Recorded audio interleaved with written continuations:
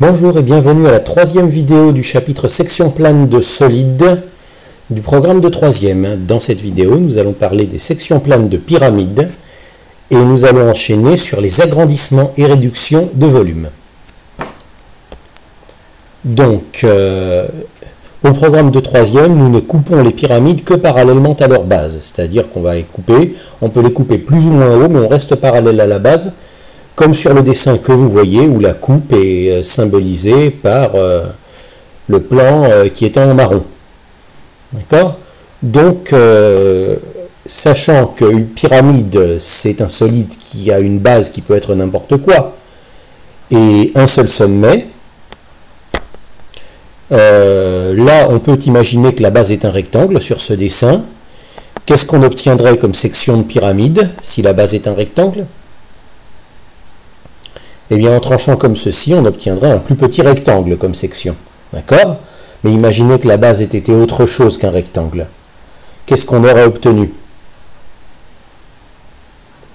Si la base avait été autre chose qu'un rectangle, on aurait obtenu, comme si on avait tranché la pyramide, sur la section, la même forme que la base, mais en plus petit. Donc, partant de là, comment pourrait-on compléter la phrase qui s'est affichée en rouge? La section d'une pyramide par un plan perpendiculaire à son axe, c'est la même chose que la base, mais en plus petit.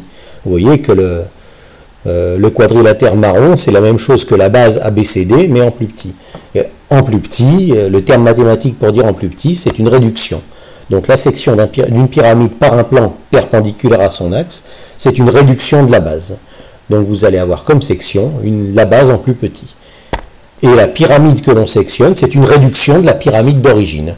Vous pouvez voir que la petite pointe en haut jusqu'à la base marron, c'est une petite pyramide qui est exactement un modèle réduit de la grande pyramide qu'on avait au départ avant de trancher. Voilà, et quand on parle de réduction, on parle de facteur de réduction. Le facteur de réduction, pour obtenir un facteur de réduction en n'importe quoi, vous l'avez vu dans le chapitre sur Thalès, pour obtenir un facteur de réduction, on divise un côté du petit solide par le côté qui lui correspond dans le grand solide. Donc c'est le rapport entre les dimensions de la pyramide réduite et celle de la pyramide d'origine. Et si je vous donne des dimensions qui sont, voilà, 3 cm et 8 cm comme ça vient de s'afficher, quel va être le facteur de réduction? Mettez la pause et essayez d'écrire quel va être le facteur de réduction.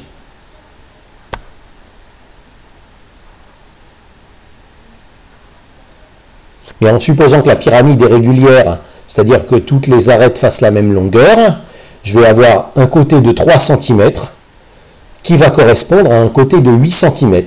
Et donc pour avoir le facteur de réduction, je divise le petit côté par le grand côté qui lui correspond, c'est-à-dire 3 sur 8. Le facteur de réduction vaut 3 huitièmes. 3 huitièmes, c'est 3 divisé par 8, donc je peux tout aussi bien l'écrire en décimale. 3 divisé par 8 en décimale, ça fait 0,375. J'aurais pu aussi l'écrire en pourcentage, 37,5%. Voilà. Donc voilà, nous avons une petite pyramide qui est une réduction de la grande, avec un facteur de réduction de 3 huitièmes. Et la petite base est aussi une réduction de la grande, avec un facteur de réduction de 3 huitièmes. C'est-à-dire que chaque côté du petit solide divisé par le côté qui lui correspond dans le grand solide, ça vaudra 3 huitièmes. Voilà. Alors si on vous demande de calculer des longueurs, eh bien c'est tout simplement le théorème de Thalès qui s'applique, puisque vous avez des parallèles.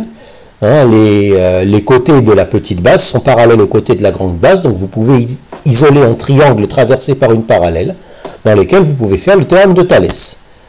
Par exemple, là, je vous donne que AB vaut 5 cm en données supplémentaires, et je vous demande de calculer A'B', et là vous voyez, vous êtes exactement dans la configuration du théorème de Thalès, puisque si la pyramide est régulière, toutes les arêtes valent 8 cm, donc SA, SB et SD valent aussi 8 cm. Donc on peut écrire l'égalité de Thalès dans le triangle ABS. Et mettez la pause et écrivez l'égalité de Thalès dans le triangle ABS.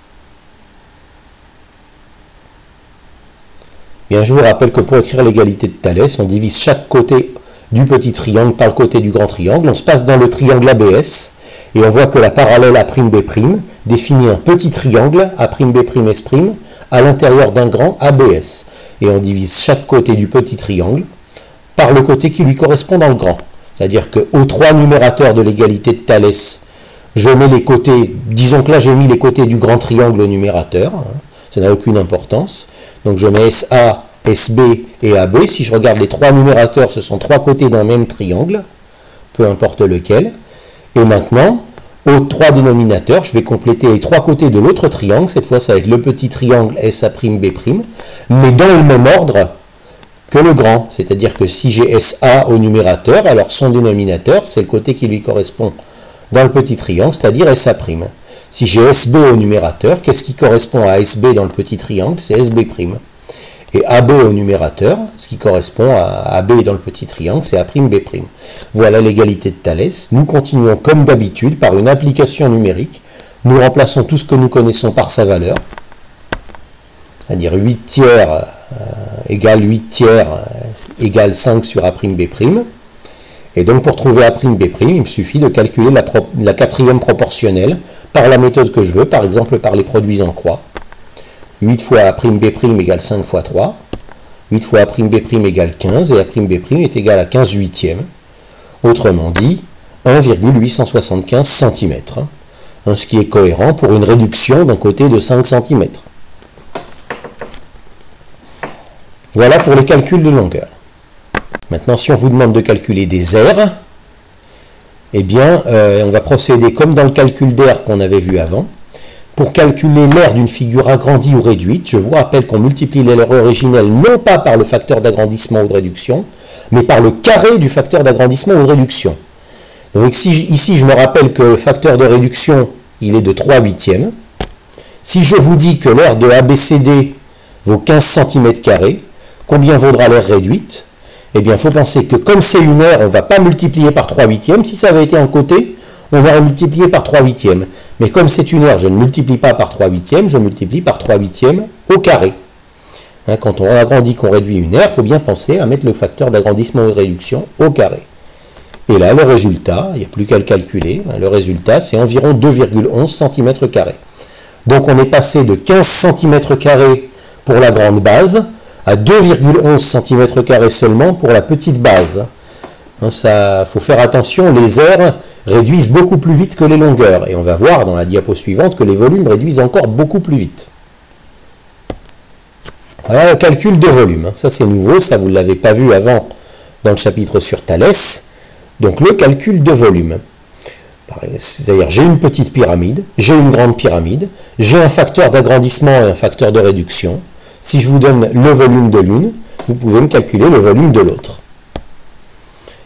Attention, donc pour calculer le volume d'une figure agrandie ou réduite, on multiplie le volume d'origine, non pas par le facteur d'agrandissement, mais par le cube du facteur d'agrandissement, c'est-à-dire le facteur d'agrandissement à la puissance 3. Quand c'est un volume, on élève le facteur d'agrandissement ou de réduction à la puissance 3. Et voici l'exemple là. Je vous donne que le volume de la petite pyramide, S'A'B', C'D', c'est 38 cm3. Et je vous demande de retrouver le volume de la grande pyramide. Alors si vous avez compris, vous pouvez essayer de mettre la pause et de le faire vous-même. Et même si vous n'avez pas compris, essayez d'y réfléchir, essayez de vous dire, même sans faire de calcul, si j'ai 38 cm3 pour la petite pyramide, combien ça me ferait environ pour la grande pyramide? Et même sans calcul, d'estimer un ordre de grandeur. Si vous voulez après, si vous voyez comment, faites le calcul. Et ensuite, vous reprendrez la vidéo.